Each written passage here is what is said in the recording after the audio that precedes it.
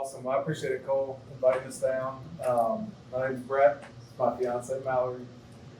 We've been in the short-term rental game for about 2.5 years, so excited to kind of share some experiences that we have, and hopefully y'all can take some nuggets away and maybe implement them into your business if you're doing the short-term rental, and if not, maybe it will spark some interest in that. So let's jump right in. Grateful to be here. Let's just have a full disclaimer. This information is for our own personal experience and knowledge over the last 2.5 years. Based on your goals, do your research, just like anything in this life. We're not lawyers. We're going to share some numbers. None of those numbers are guaranteed. Just have to get that out there. And God bless America. So over the past few years, we've been blessed with these properties. So the way we do it is we master lease the properties, and then we sublet them out on the other side. So we run these for multiple different owners. A few of our owners have a couple with us, and there's some one-offs. But as you can see, we're mostly in Mississippi. We're in Hattiesburg, Long Beach on the coast, Gulfport. We've got one in the Keel. And then we do have a midterm in Robert. And I think Porterville. Yes, coming soon. We have one in Pass Christian, a couple in Ocean Springs, 4 more in Gulfport underway, as well as a couple more in Hattiesburg. So pretty exciting to grow. And it all happened with a relationship, and that sparked an idea. And as y'all know, relationships are everything in any business. And through that, our reputation, it went from 1 to 3 to 7 to 10 within our first year, and just. And I would say that a room like this is where the relationship was built first. That's right. So we have grown this company through just a room just like this, actually in Hattiesburg. So definitely like network. Talk to people around you, because that's exactly where the money's made. Absolutely. Your net worth is your net worth. Absolutely. So, tonight we're going to go over a few things. So, why STRs kind of versus the long term. We'll do some real life case studies that are actually properties out of our portfolio, and we'll kind of lay the numbers out there just so you can kind of see what actual numbers are, because I think a lot of people on the internet right now talk about short-term rental and how it's grand and you can make all this money. Yes, you can make money, but we'll show you some real numbers on that. And then, A little market research, just basic. If you're wanting to explore the idea, and actually speaking of that, does anybody have a short-term rental in here now currently? Okay, we have a couple. Anybody dreaming of having one? Okay, cool. Love that. And so, we'll just touch on, how to look, analyze the property a little bit, some regulations, actually why regulations aren't all that bad.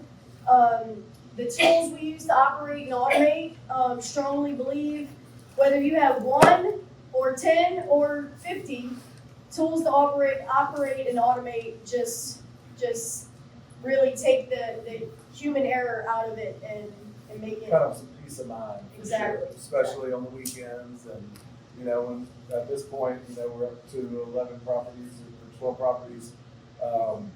That's a lot of check-ins on a Friday. So having a lot of that stuff automated, and we'll go through that. Yep, and then question and answer at the end. So if you wouldn't mind holding those off, we'd love to. Just write them down so you don't forget them, because that's what Yep. All right, so short-term rentals, booming business since COVID. It is kind of in that plateau stage, I believe, right now. I want to say last year we took a little bit of a dip, but it is overall growing forward. Also a chance to 2-3 times, the cash flow. See that here in the case You study. can charge more per night, so it boosts up that.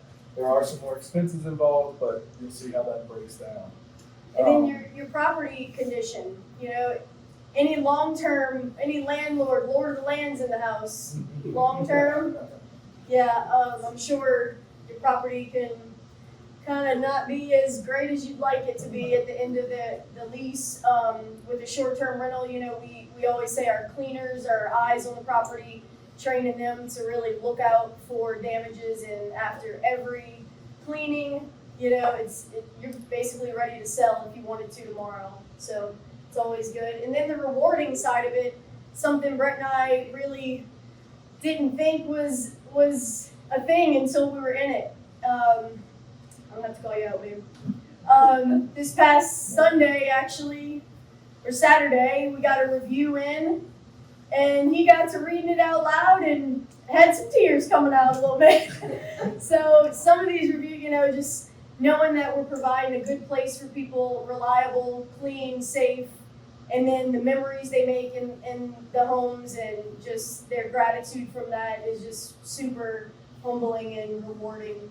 There are some tax benefits too. So the way we do our management style is through a master lease. So we're able to count that as rental income. We can avoid the 15.5% self-employment tax.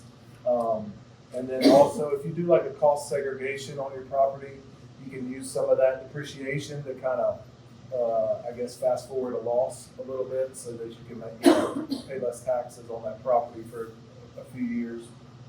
Bob just recently talked about that, and it makes a lot of sense for the short term because you're buying a lot of furniture and furnishings and things like that that you can record and then use that. You can depreciate that stuff over time through a cost segregation. So, Sorry for putting you yeah. All right, so I'm going to go through these numbers real quick. These are real live. These are straight out of our books. I mean, I rounded them to the round numbers, but this is a 2-bedroom, 1-bath in Hattiesburg. We started that one in May of 2022. As you can see, now here on the STR expenses, that's your air conditioning, your electric, your gas, your water, your trash, your lawn mowing, your cleaning fees. That's in this right here. So the net is going to be, you won't be paying those expenses because the tenants will pay it on the long-term rent. So as you can see, first year, we still went over the top of what it would be as a long term. Full year in January, or in 2023, we were able to do more than we would have got on the long-term rent as well. Now, the reason I like this one, and I want to explain this is a business. This isn't, long-term rental is not necessarily a business compared to this. You have to gain traction. You've got to get your reviews. You've got to get those repeat customers coming back. So as you can see, for this year, the first 6 months, we almost made as much as we made the entire year last year. And we're going to double that. I mean, we're on our way. This one is picking up speed. It very rarely has vacancies on the weekends. Really none. It'll be just sometimes during the week. I'm not sure if you mentioned it is downtown Hattiesburg. Yeah. So down by the train depot. And then the next one is, so this is in Long Beach. It's a 5-bedroom, 3-bath. We actually have 5 king-size beds in that house. A little more unique property, but More, still yeah. worthy to show. Yeah, so it's a couple blocks off the beach. We picked this one up in September of last year. Got it going. Didn't quite net as much as we would have netted with the long-term rental. But in saying that, our property was in excellent condition at the end of that time instead of long-term rent that could grow up. So, and then this year, as you can see, we're doing a lot better. We actually just secured a lease about 2 hours ago on this property for the next 6 months. A company out of North Mississippi was coming down to build a new airplane hangar at the Gulfport Airport. And so they had stayed with us in June when they came down here for a meeting. They reached back out and they said, y'all wouldn't, like, we'll leave if you have some bookings. Would y'all rent this for 6 months? And I was like, we'll cancel that summer bookings. We only had one booking that they're actually going to leave for. Cruising the coast, big Yeah, time. cruising the coast week. But other than that, we're going to do really well. We'll probably hit 50 grand this year on this one. So, yeah, really exciting. And then this is our midterm in Robert. So Midterms is a new thing. This is our only one. We're actually diving into that because we have some owners that are wanting us to do more midterm stuff. As you can see, it does really well versus the long-term rent. Over and above what the long-term rent would bring, but once again, your property is in great condition. If you had to exit this property tomorrow, it's ready to be listed on the market. Right, and whereas you need to put 5-10 grand to get it back up to par to sell, that would be all of your, you know. Right.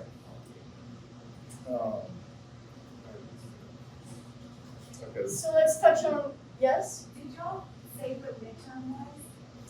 Oh, yes, I'm sorry. So you got short term, which is usually 30 days or less. Midterm is going to be your 30 days to 6 months, Okay, and then 6 months on is usually long term. okay. It's your construction companies, your out of town like workers that come in and stay for an extended period of Project time. needs. Right. Yeah. So again, if you want to explore the idea, you have a property in mind, maybe it's your own home that you're looking to turn into a short-term rental or midterm. This is just what to look for. We call it kind of like the sniff test. Like, is this even worth diving into and really looking at all the numbers? You look around extended stay hotels within 5 to 10 miles. You know, these hotels have done We're in one. millions of dollars of research on, is this the right place for, you know, to put a hotel? So hospitals and universities, state parks, national forests. We actually have one that's a little secluded, about 20 minutes from Hattiesburg, and people just love it. Love getting away from the rat race It's of about life. a mile from the entrance to the state park too. Yep.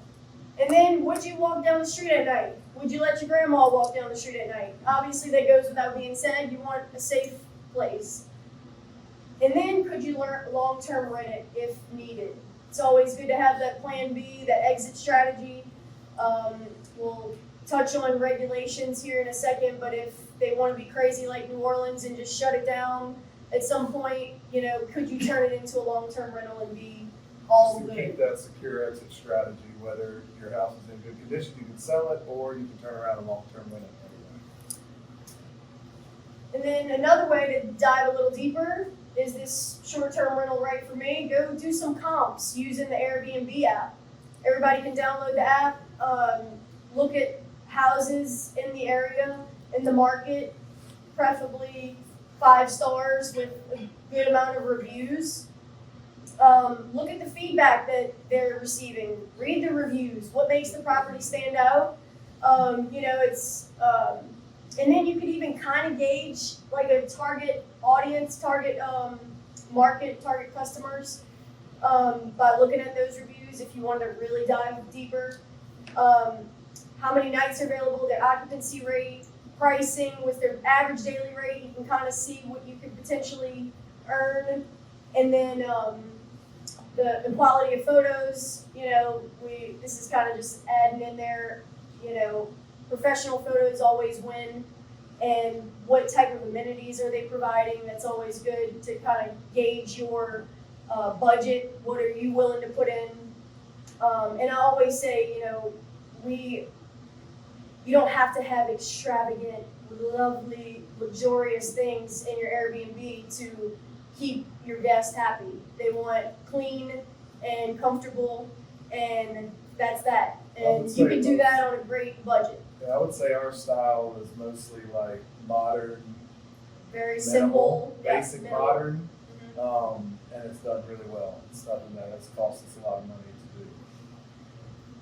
So these two websites here are like your, I guess you could pull the data like your MLS data in a sense. So both of these sites they do the same thing. They have a market analysis where you can put in like Covington, Mandeville. Then they also have a revenue calculator. You can put an exact address in and it will pump out projected on, because of the short-term rentals around it, it pulls all the info from Vrbo and Airbnb, and then it will break it down and show you. And we've got a screenshot here. So, Did you make sure you- oh, yeah. You could always jump back to it. So it's really helpful. It's something you can't guarantee, of course. It depends on the management, of the property. Are you doing that well? Also, are you competitive with, like she said, pictures and amenities and things like that in the area? As you can see, we pulled this afternoon. It's showing this area is a bad area for short-term rentals. Why? There's a couple different things that we think the reason that it's bad. Because in my eyes, $218 a night is not bad. Yeah. 48% occupancy, that's pretty much what it pulls in Hattiesburg. We run at about 70% occupancy. So I don't see the numbers here so bad. But what I know is that property values are higher here. Just talking to Jeremy, taxes came out, if y'all haven't looked at your taxes lately. So they reassessed. So that's going up. Also, regulations. There's a few things that St. Tammany has in place to kind of keep from short terms in certain areas. So I believe that's why this number is so low. Like I said, Hattiesburg is at 86. St. Tammany, Covington, Mandeville is at 39. Those are the reasons I think that number's so down is because of the property values are higher and the regulations for the area. And speaking of a little research, if you're kind of a spreadsheet nerd and like it all in one form, I'll be happy to email you a short-term rental analysis spreadsheet where you can plug in every single number from your loan amount to interest rate to all the furnishings and every bit of it to really try to gauge if it's right for you. And And of course, we'd love to answer any questions you may have. We'll have a QR code at the end where you can ask and such. So back to the regulations. So we've researched this and read the ordinances ourselves. We've called up there several times, and it doesn't seem like you can really get anybody on the phone over there. So $250 application fee, extremely high because you don't get that back or credit or anything. $750 permit fee a year. No, that's the highest one we've seen. I think Pass Christian's $400, Ocean Springs $500. So I mean, they're getting up there on the coast. Hattiesburg, there's zero. Long Beach is four. Yeah. So this is extremely high. It's on purpose. They're trying to keep the short-term rentals out. If they catch you and you're not permitted, they can, every day that was live, they can charge you $500 a day. Are they going to? I don't know, but I'm not really interested in finding out if they can enforce that. And then, did you want to say something about the mixed zoning? So, I believe, go ahead. Why? Why do you feel that they are so stringent or? Because they've heard the horror stories Right. across the nation, and it's not as, like, these horror stories probably came from LA, Miami, New York. Right. New Orleans had a little bit of an issue, but all the owners got together, I believe, and sued the city, and they won. So I believe it's gone back to where I think if it's commercial, I believe in New Orleans you can do short term now. So it's similar to that in St. Tammany.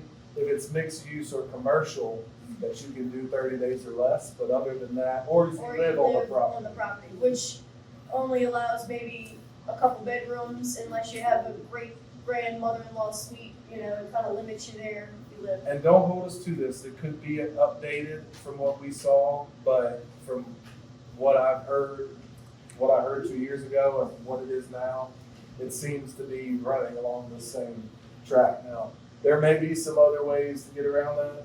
I don't know. Some people say that they do 30-day leases, but you can get out of it any time and you just book it for the weekend. And then you cancel your lease. So there's probably ways people are doing it. I'm just throwing out what we've seen. Do you find it's a strange on the coast? I mean, No, it's probably one of the most. Right, and that's what Yeah. we're about to get into is, other cities have them, and not all regulations are bad. I was just in Pass Christian on Monday with the code enforcement officer. Awesome, cool guy, and he was just there to make sure the place was safe. From fire extinguisher being in the right place, making sure that, only 8 guests allowed to sleep, absolutely not more than 10. He said, you wouldn't believe You know, I was at a man's place a couple weeks ago, 5 bunk beds in 1 bedroom.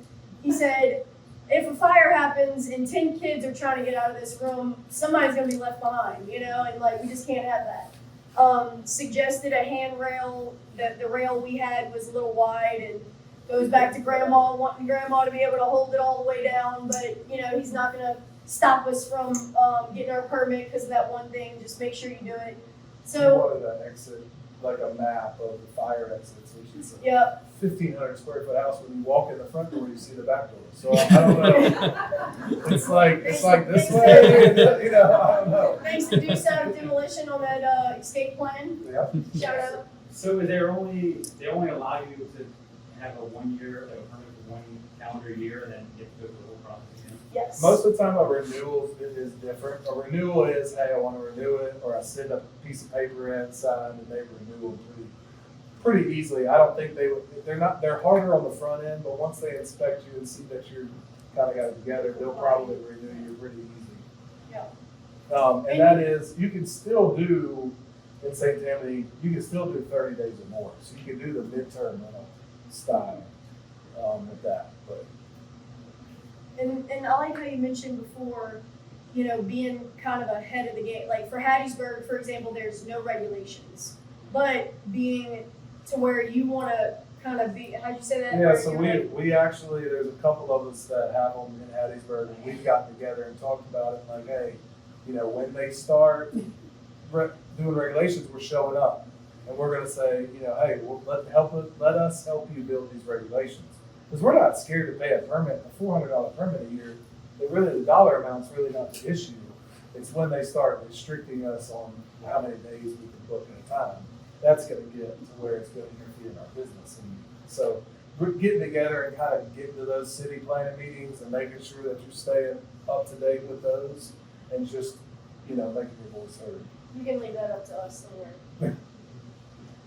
So some tools we use to operate. This is everything we use to make it run smooth, to not lose sleep at night, I like to say. Makes our life so much easier. Yes. So the first 3 here are our platforms that we market our properties on. So of course, Airbnb, VRBO, household names, most people know that. We're probably at a 92% on Airbnb, a few percent on VRBO. That's very, very small. And then the other is our private booking site, so that's directly to us. So we have to market that pretty much ourselves. It doesn't show up anywhere. It's on our Google page and our Facebook and Social stuff. media. But so all 3 of these properties is where you listed for rent. So if you have your property on all 3 platforms and you don't have a way to merge your calendars, it can become a nightmare. Having guests show up at the same time Yeah, won't be good. not double bookings, never good. So that's what Hospitable does. Hospitable is our property management system that brings all these platforms in together. So if we get a booking on Airbnb, it blocks out on the other 2 sites automatically. Also inside that, we are able to link in a few other things here, our cameras and locks and such. But it automatically does that stuff. We can send automated messages through there.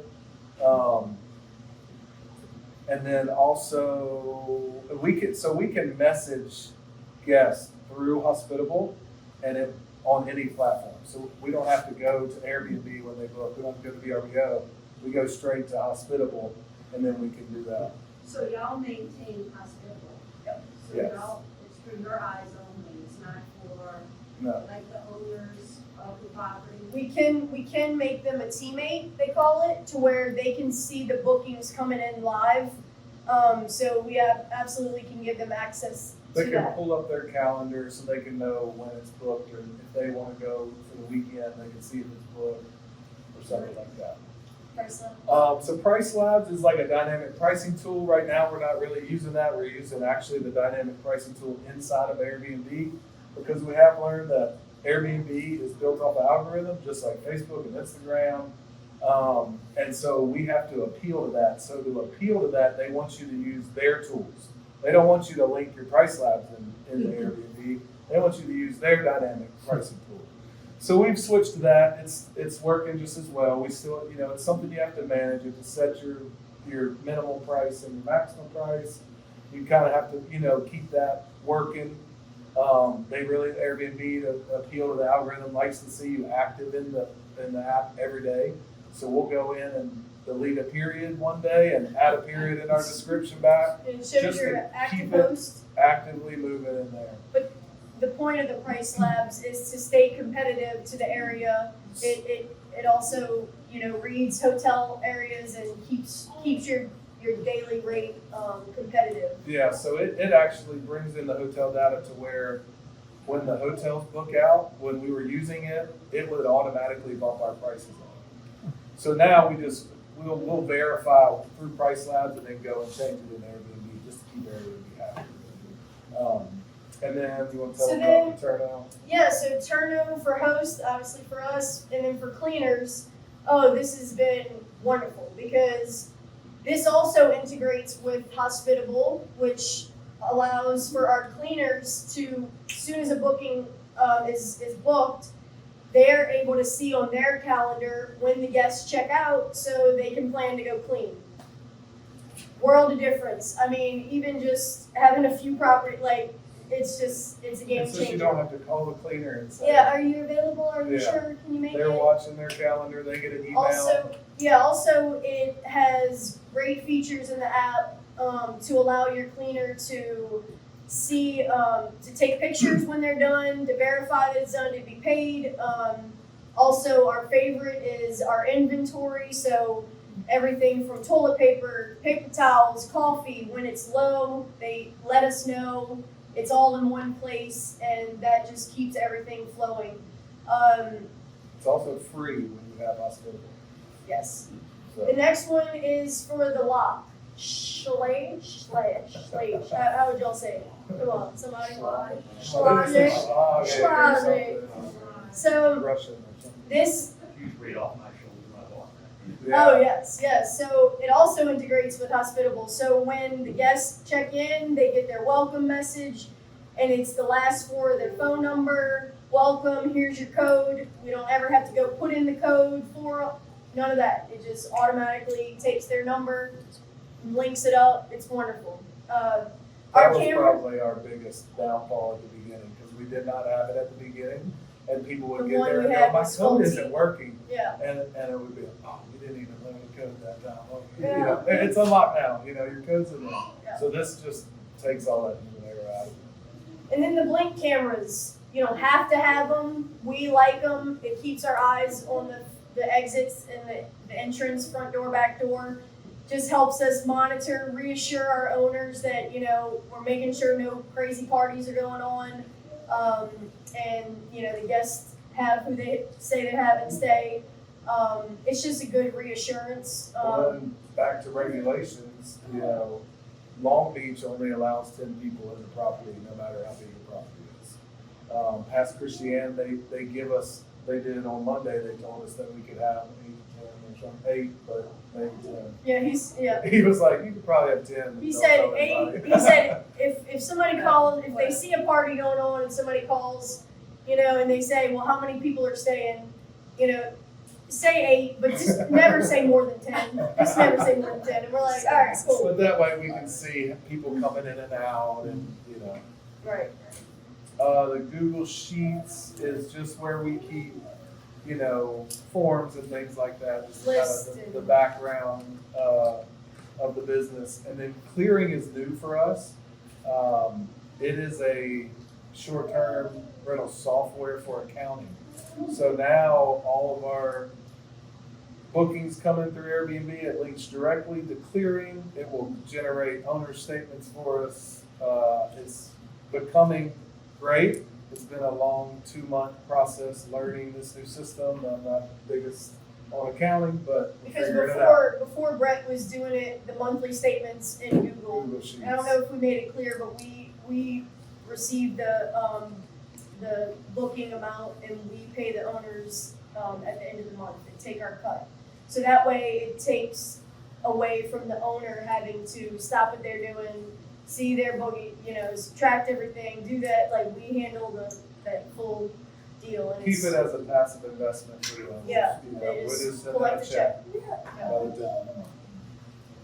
So that pretty much wraps up in a nutshell what we do. If y'all have any questions or curiosities, yeah. What factors motivated your owners to maybe shift from long-term rental to short-term with you guys?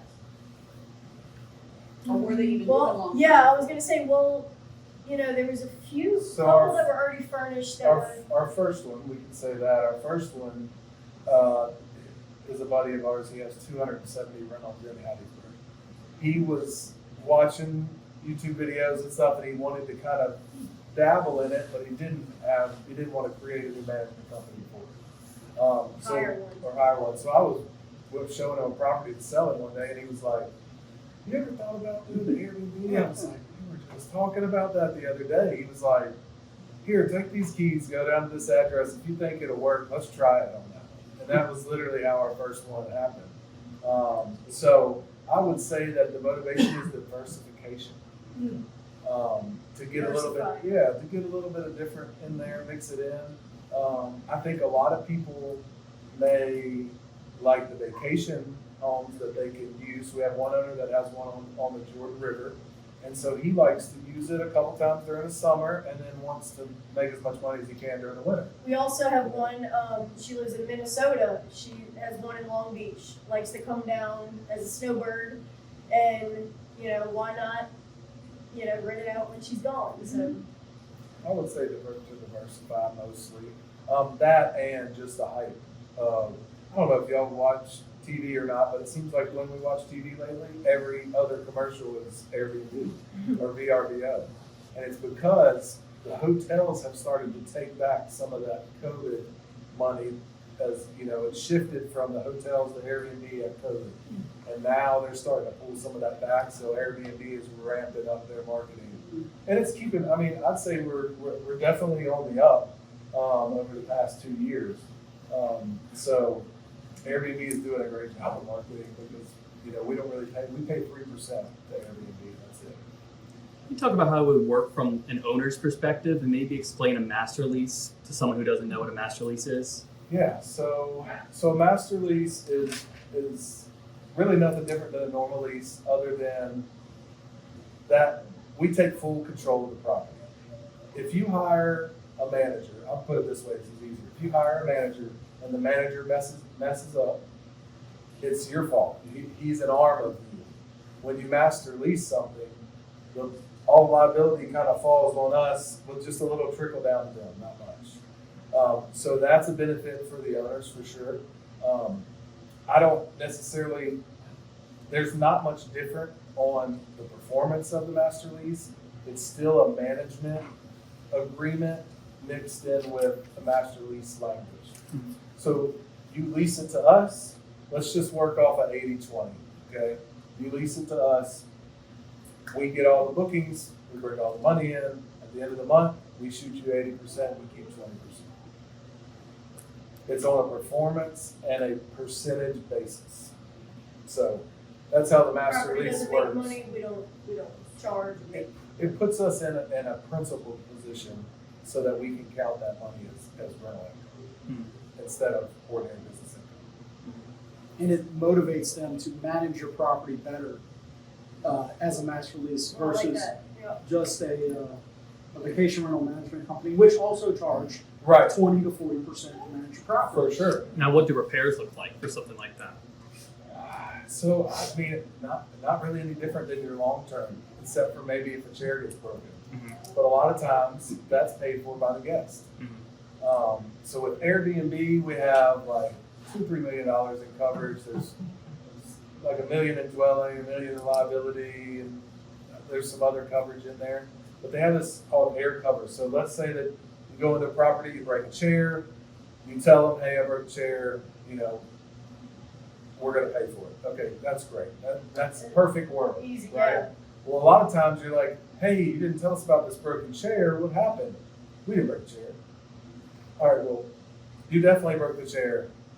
It's going to cost $125 to replace, and so we send them a request for that money. If they refuse it, air cover automatically pays us. Because. Yeah, I was gonna say, Yeah. documenting, The documentation yeah, is making huge. sure to document. We've had, complaints from owners from past management that never notified that, the $300 patio furniture was broke. And it just kinda got pushed to the wayside, and who knows when that guest or what guest did that. So to try to recoup that is almost impossible. Documenting it, taking a photograph, having the date, receipt. having the date, everything like that. Receipt of the You are replacement. highly likely to get that air cover. They work in your favor. They see that we're SUPERHOSTS, so that also helps. So are y'all the ones that take inventory before anyone comes in, or does Yes. that have a lot to do with the cleaners? They recognize what is supposed to be there and what looks broken, they report that Yes. as well too? Right, Yes. so if they don't report it to us, they pay for it. So that's how we set it up with the cleaners. So they are That looking, way it's because like, they don't want it on them, they're gonna say, hey, this was broken. And that we got hasn't it." happened. That hasn't happened. That's pretty good. We've had a close call on that Gotta be where, some accountability. right. Yeah, we've had a close call recently with a door stopper going through the door and leaving a pretty big hole in the door, or nice quarter-size hole, but it just punched right through it. And it was one of those situations where They reported it to the us. guest let us know, and They said they didn't think they did it, but Right. they just. if and some- then if it's after them, we let assess us it, know. it's pretty obvious this door was swung open, like, but anyway. But yeah, back to the inventory, like before, like a property is live, we will do an inventory. So that when you come over to us, we know what's in the property and you know. And something it's documented. I'd like to upgrade to, I don't know if y'all have ever been to the RV, the Reunion Lake in Hammond on Robert. Well, in their little cabins, they actually have, full blown right in front of you. This is what the toaster costs, It's this like is a what the menu. knives cost, this is what the plates cost. If you break it, this is what you got, So I thought of doing that. I'm like, Well, they might If you had clean the us same- out and charge, Yeah, get the us same a mile every and unit. stuff. right. And that's something I did. I was looking at all the brands, like, We gotta add in some labor, Ooh, I to like put that this couch picture. together, then we gotta rebuy.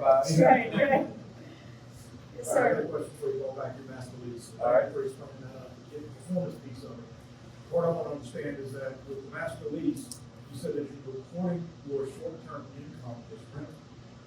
Not asking for legal advice or tax advice, right? It might be a Bob question. It's definitely a Bob question, because that's what Bob does for us. So I don't, Because I don't understand what you just said. well, it's because it's, So the passive because versus it's, earned. because I'm a principal in, when I'm on the master lease, I go into a principal with the owner. Right. So we're doing that together. So rental income that comes in, we're able to count that as rental income. Give a lot. And if you find out anything different, tell Bobby he needs to call me and update me or So the, something. the question was if it was taxed as ordinary income or rental income for the Right. Okay, gotcha. And the owner is counts as rental income as well. Exactly. He gets to depreciate it, we don't. Wait, If we had a 30-year lease with him, then that's a whole new ballgame, but then we can depreciate our 30-year lease, yeah, as well as the owner depreciating his yeah, we property just as well. learned that, yep. Cool. As well as the owner, yeah. Well, I've only been doing it for a few months, but one of the things that I run into a lot is, like we're talking about damages and things like that. I don't want to report it because I want a 5-star rating. So I don't know how, like, if I start accusing somebody, hey, look, you broke this, you broke this. I start thinking like $25, $34.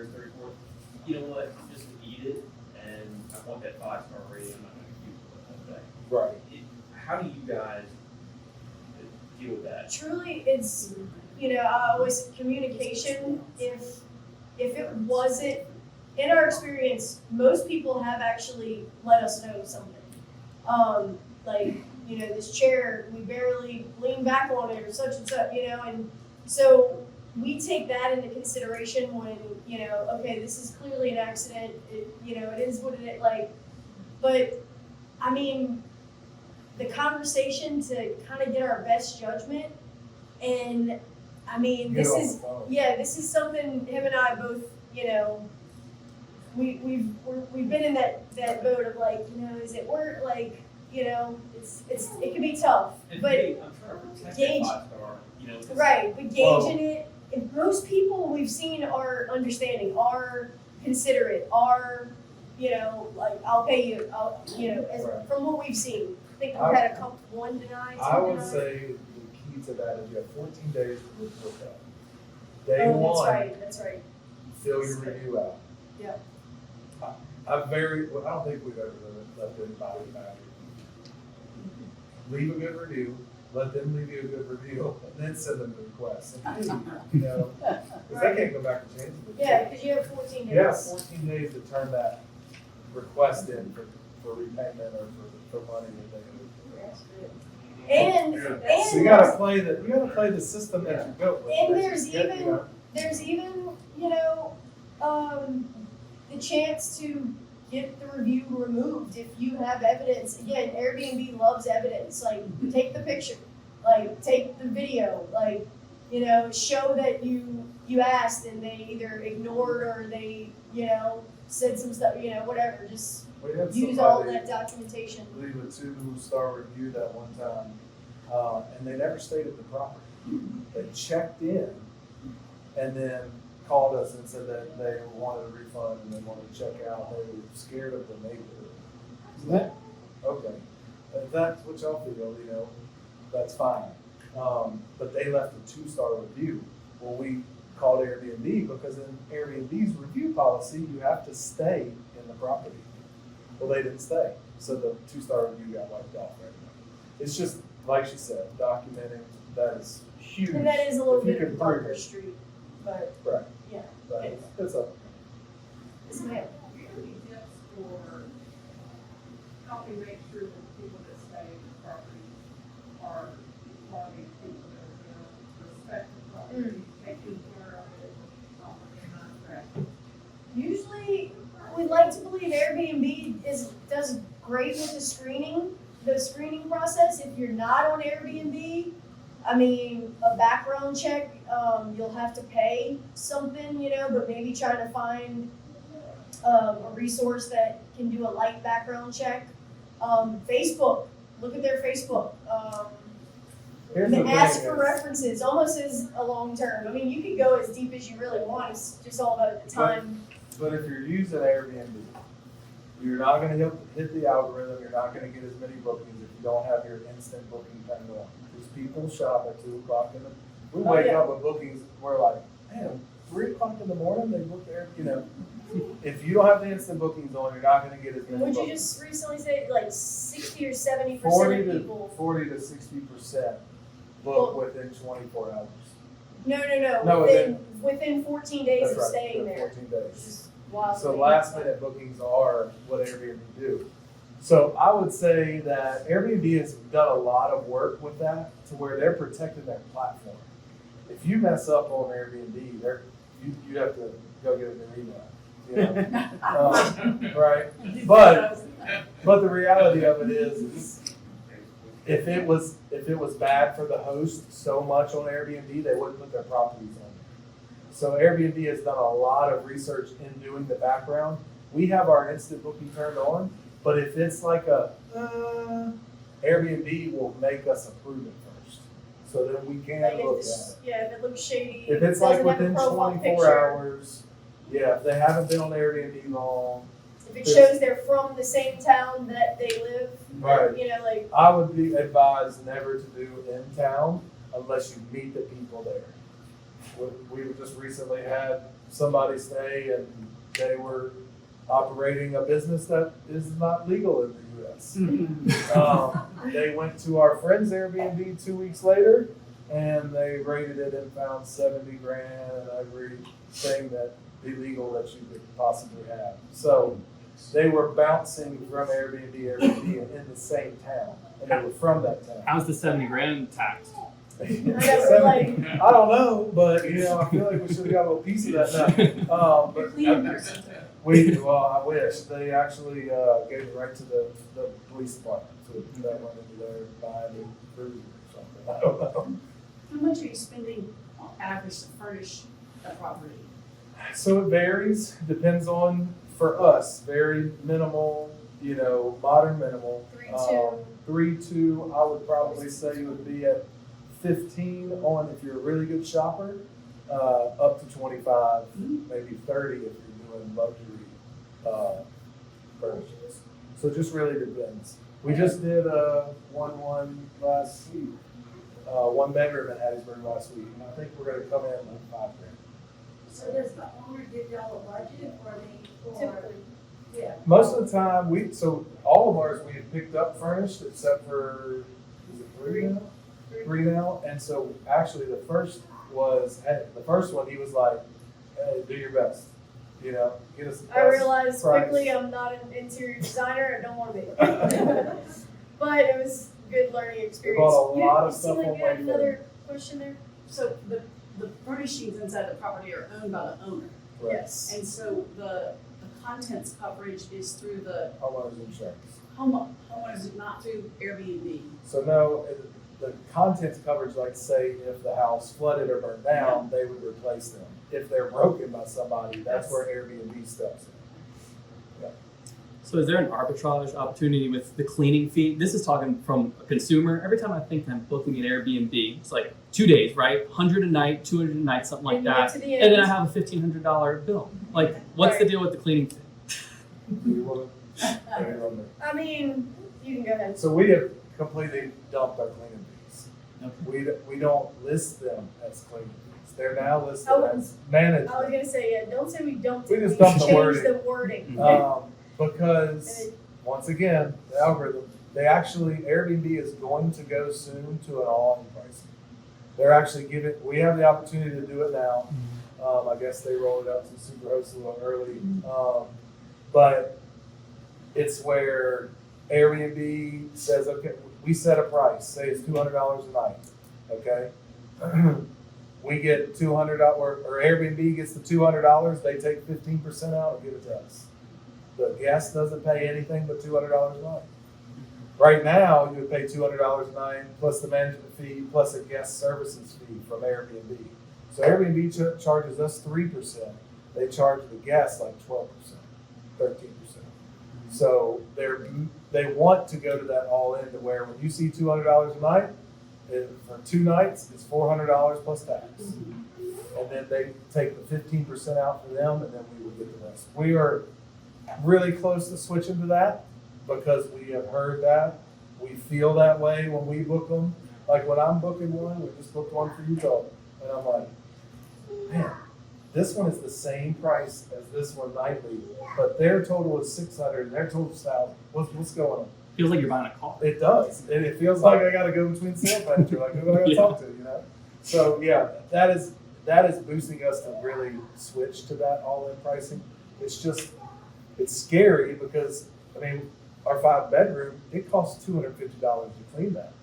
So we've got to have that built in somewhere. We can't just Minimum number of nights or something. Right.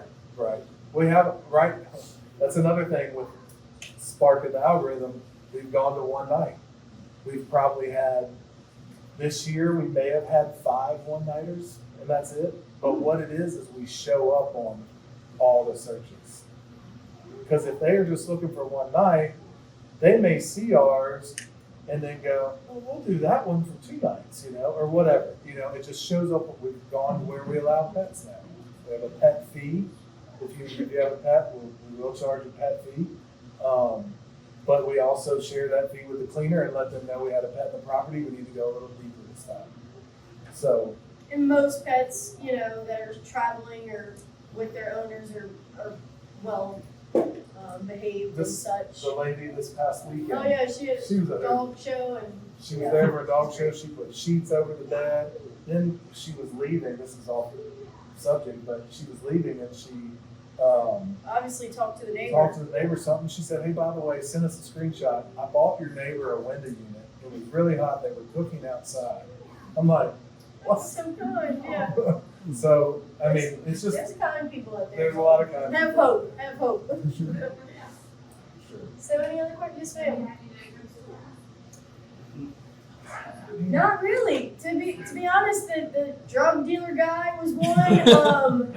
I mean, the only other thing, we had a construction crew, which wasn't even bad because they were so apologetic that 7 o'clock in the morning, 2 guys got a little scruff in the back and broke the patio table, and we watched the whole thing. It was pretty funny.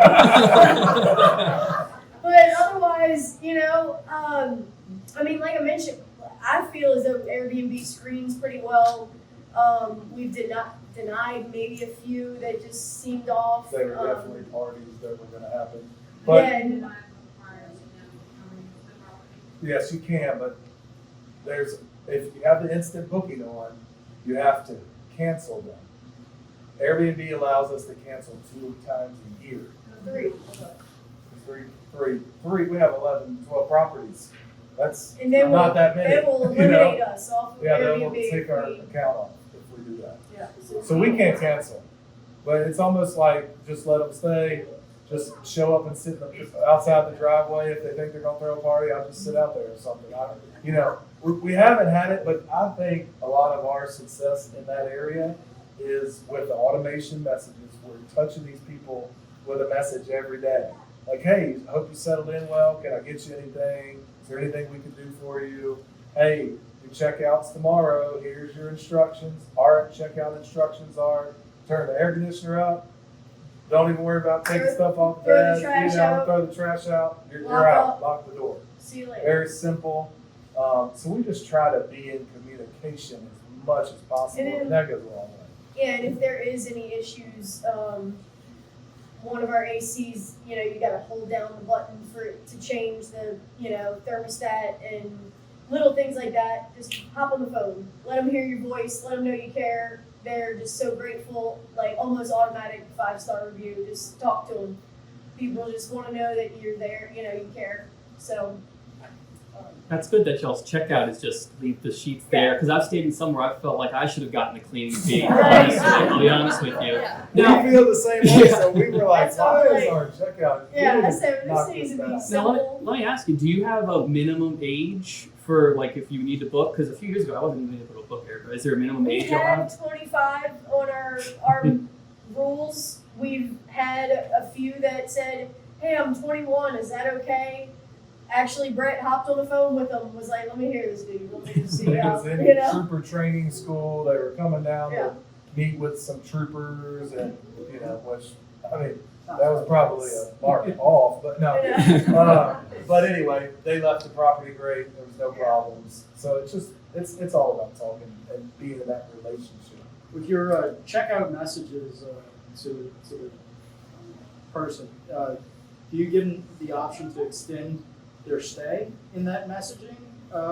Spark some That's- interest. yeah, that's If not a there's bad idea. availability in the calendar? Yeah, We've had I many would people say ask that to because of our automation, it would be hard because then we would somehow have to trick our I wasn't sure But- how good that app was. But we do try to say, hey, if you're ever coming back, we have multiple properties in the area. We can accommodate different size groups, things like that.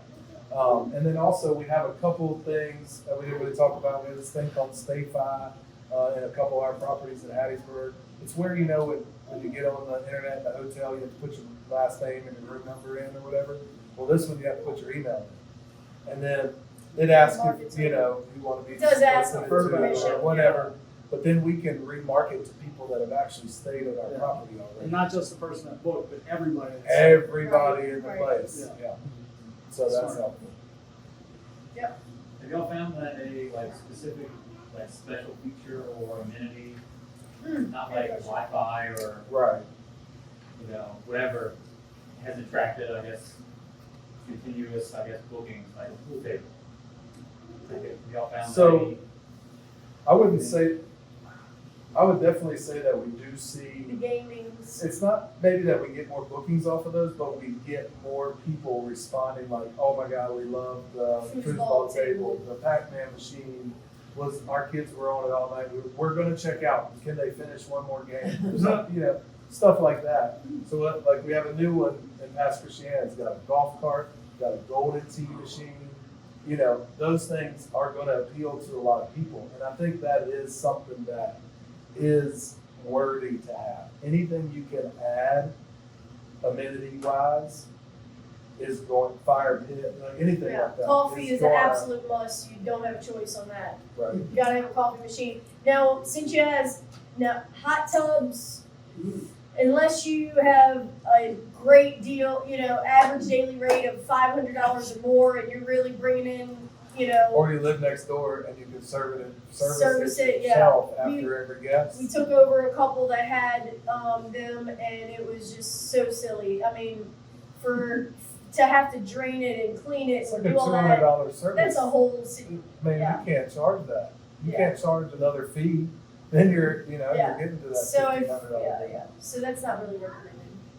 So when it comes to your owners, what you're offering to them is you are essentially a management firm, but you also are handling the marketing on their behalf, correct? So we're short-term management, booking management, property management, all in one. But you're also marketing. Yeah. Correct. So it seems like you're just casting your net as wide as possible. So like, okay, well now we're gonna include pets, and this is what that looks like and changes for us as a management company. As you expand, would you emerge into marketing differently depending on the property? So, Yes. I like that you asked that. Yeah. okay. We Like, what's your strategy? Am I correct about your strategy? What is your strategy, and how do you plan to change it? And what is the effect on bookings with your marketing strategy?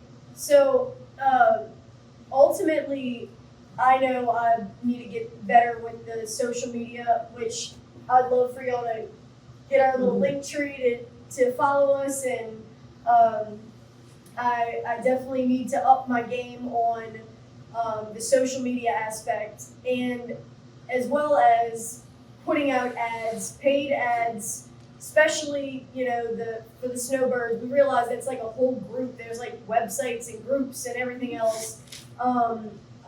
For the slower season, was So that? y'all do like luxury, or is that too niche? So you don't want to get into that world because it requires too A much. couple of I mean, I like that properties. thought.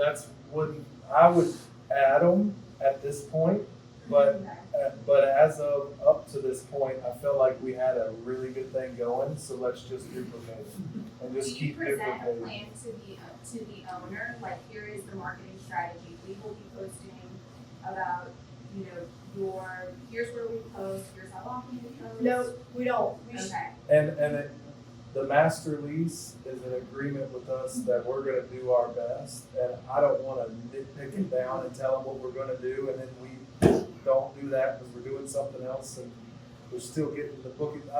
I don't necessarily wanna compartmentalize it too Their much. marketing. right, and We're definitely to more answer of a that, management. yeah, to answer that, that is a whole nother animal that I am in the works of laying out, almost like you said, like a plan for each property, the points hit, you know, Yeah. all of that. So And I it's- think our marketing strategy right now is using the platforms that pay Yeah. all the money for the marketing. yeah, and what's crazy is I've listened to many YouTube, you know, the gurus that are doing it, and many of them said, why go anywhere else? This is where people go to book a place. They're Even going to midterms. Airbnb, you know. Even midterms. We've had one come through on our Instagram, and I was like tickled. I was like, whoa, I'm not even really. It seems like all of the automation that you put into place has pushed you two into the thing that markets these properties. Right. Because y'all are so sociable, and you're allowed to be that way because you have all this automation. Right. That's cool. Because there's no way we wanted to create a job for us. You know, we have a lot of other things going on in real estate, but we wanted to create a management system that people could trust and rely upon. That's why we're not at 50 units right now, because we want to grow and be able to handle our quality all the way through the growth process. So, Master those programs, and Yeah. when you add someone, you're adding another you. right. Right. Exactly. Exactly. Ryan? So where would you recommend, like, where do you find your customers or, not They- your customers, I guess, the properties? Like, if we were gonna do that, where do you go?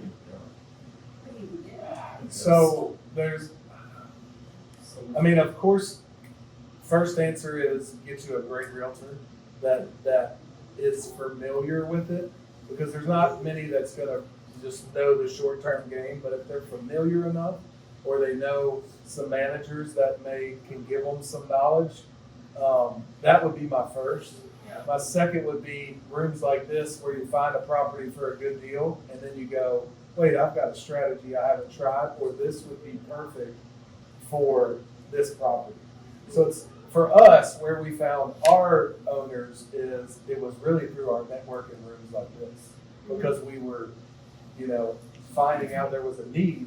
Well, let's see if we can solve that need. Now that we've solved that need, we did it for him. Ask him, see what he says about it. And then it was kind of back to the reputation, And then, you personally, what do you want? If you and your wife want an investment property and want to be able to utilize that, but, want it to pay for itself, pay the taxes, pay whatever, while you're not there, and your wife loves to do the design of it and do, have fun with all that. Like, we've seen that happen.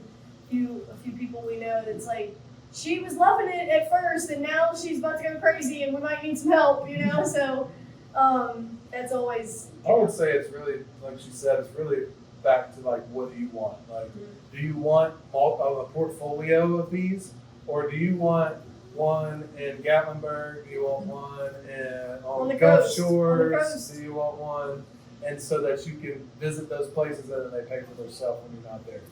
Y'all go like to Florida and all that? So we haven't yet, but I really think that we'll probably have some reach at some point. I just don't know really how far, because it's a lot. I mean, it's a lot of moving parts. The automation helps tremendously, but if we've got to run to the property, I feel like, being within, boots on the ground is huge. So we have opportunity coming up in North Mississippi, where I'm from originally, to do some midterms. 4 of them. So we're more inclined to take that on because I've got my niece, my nephew, I've got my mom, my sister, my brother-in-law that are in that same town.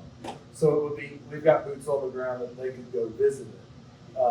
But when it comes to Florida, I would probably like rebrand it to a booking manager instead of a full property manager, to where we can like push bookings to you, but we're not gonna really check on it, take care of it. If something's wrong, we're gonna call you and tell you to go handle it, type thing, Yeah. or whoever your property manager is. I'm very, very big on the referrals and using that same plumber. The owners usually have their handyman, that their go-to guy or gal. And that's just super important, so we're trusting who's going in the property if we're not there. And we're looking to have a package soon where we can set people up that wanna do this themselves. And we can just come in and set all your automation up and then just let you go with it. And if you, a little consulting on the back end, if we, to kind of keep it going, but overall, it'd be something that you would take on yourself. So can I get the keys to all those properties? You got it. Anytime. Yeah, and that's actually, 500 a night, no. that is something we make sure is, we gotta test this out before we can set it up, so. Well, it's great to stay in your property once or twice a year anyway, because you can go in and we're like, all right, yep, cleaner did a good job, toilet paper's in there, all right, cool, we're out of there. But when you stay there, you're opening all the drawers, you're getting in the fridge, you're doing everything that a guest would do. And then you're like, oh, wait a minute, we need to do something here, we got this here. So I definitely would suggest staying in it a couple times a year. If not, having somebody stay, a friend or something. Yes, ma'am. You're clean, so where do you find that? Well, we've been blessed and spoiled like no other with the cleaning ladies. Our lady in Hattiesburg was a maid at the Holiday Inn the French Quarter. in in the French Quarter, and so she's retired She from gets that. stains out of sheets that I thought I was thrown away 10 times. Yeah. You know? So, but, you know, I love that you asked that because we definitely don't believe in the big cleaning crew, the big old company that there's gonna be somebody new every time showing up to clean. Now, the turno, for hose turnover cleaners, you could actually put your property on there and the cleaner finds your property People when, bid yeah, For your property. yeah, and they request like, oh, they see it needs a cleaning, request, boom, and the girl shows up. Now I've heard that that's not always the best case. You know, you're not. The biggest thing is training them and allowing them to feel as though they're on our team, they're valued, they're our eyes on the property. I don't want to have to go after every single property, after every single guest to check and make sure nothing's broken. You know, going once a week to them, once every 2 weeks, that's one thing, but our cleaners are everything, and we really like just so finding the small, tight knit, you know, mom and pop, you know, handful of them that really just value, like they're so appreciative of you bringing them work. And You know? invest the time. I'm sorry, but you're paying per. Yeah, per cleaning. Not salary. Right, At your scale. Yes, at our scale, we could get to where we could just hire cleaners and pay them hourly wage and tell them, here's your cleaner, here's your properties you're cleaning today. We have friends that do that. I would say that it's possible we could get there one day. I don't want to, but for the amount of properties that we get to, it may be something that just makes too much sense to do. I mean, we recently gave them a bonus at, you know, every month just because they've been with us for a while, and here this could cover some cleaning supplies Supplies or are going, you know, everything's you more know, expensive. yeah, yeah. But other than that, To build that trust. You're splitting 80/20 with your owners, and you're splitting net, right? So you're splitting. after the cleaning fees. Correct. Just after Supplies the, just after the cleaning fees. Okay. Yeah. We have a couple properties where we are like true net profit, but those are our first couple properties that we kind of came into the business together with that owner. So we had a little more skin in the game. We actually furnished the whole property. It was a lot of work. But mostly 25 to 20% after cleaning fees. If you have more than one property, we may consider a little lower than that. All right, well, we're about out of time, but can we get a round of applause? Sure. Thank you.